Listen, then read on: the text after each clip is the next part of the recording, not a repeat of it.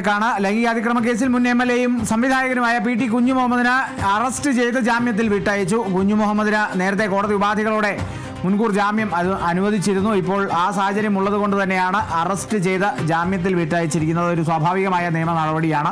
മുൻകൂർ ജാമ്യം നേരത്തെ ലഭിച്ചതുകൊണ്ട് തന്നെ ഒരു അറസ്റ്റ് ഉണ്ടായി കഴിഞ്ഞാൽ അറസ്റ്റ് ചെയ്ത് വിട്ടയക്കുക എന്നുള്ളതാണ് നിയമപരമായി ചെയ്യേണ്ടത്. ആ നിയമപരമായ നടപടി ഇപ്പോൾ നടന്നു കഴിഞ്ഞു. അറസ്റ്റ് ചെയ്ത് വിട്ടയച്ചു.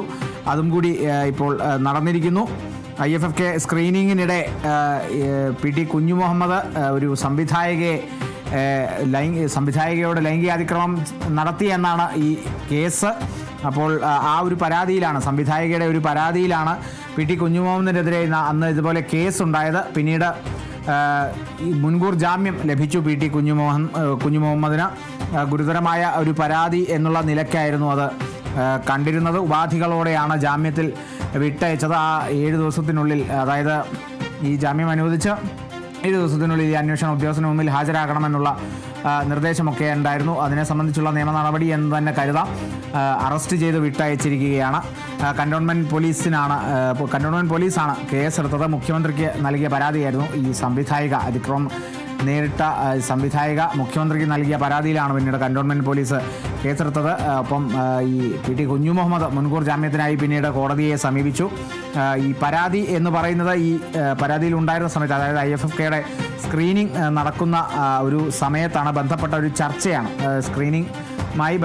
IFFK സ്ക്രീനിങ്ങുമായി ബന്ധപ്പെട്ട ഒരു ചർച്ചയാണ്. അവിടെ ആ ചർച്ച എന്നുള്ള പേരിൽ ഒരു തലസ്ഥാനത്ത് തിരുവനന്തപുരത്ത് ഹോട്ടൽ മുറിയിലേക്ക് വിളിച്ചു വരുത്തി കടന്നു പിടിക്കാൻ ശ്രമിച്ചെന്നാണ് ആ പരാതി. ലൈംഗികാതിക്രമം, സ്ത്രീത്വത്തെ അപമാനിക്കൽ എന്നീ വകുപ്പുകളൊക്കെ ചേർത്താണ് കന്റോൺമെൻറ്റ് പോലീസ് അത് കേസെടുത്തത്.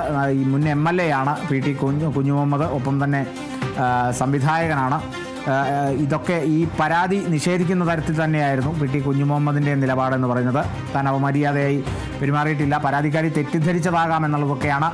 തുടർന്ന് മുൻകൂർ ജാമ്യം ലഭിക്കുകയായിരുന്നു പി.ടി. കുഞ്ഞു മുഹമ്മദിന്. ഇപ്പോൾ പി.ടി. കുഞ്ഞു മുഹമ്മദിനെ ഉപാധികളോടെയാണ് മുൻകൂർ ജാമ്യം ലഭിച്ചത്. പി.ടി. കുഞ്ഞു മുഹമ്മദിന് ഇപ്പോൾ നിലവിലെ ഏറ്റവും പുതിയ വിവരമനുസരിച്ച് അറസ്റ്റ് ചെയ്ത് വിട്ടയച്ചിരിക്കുന്നു.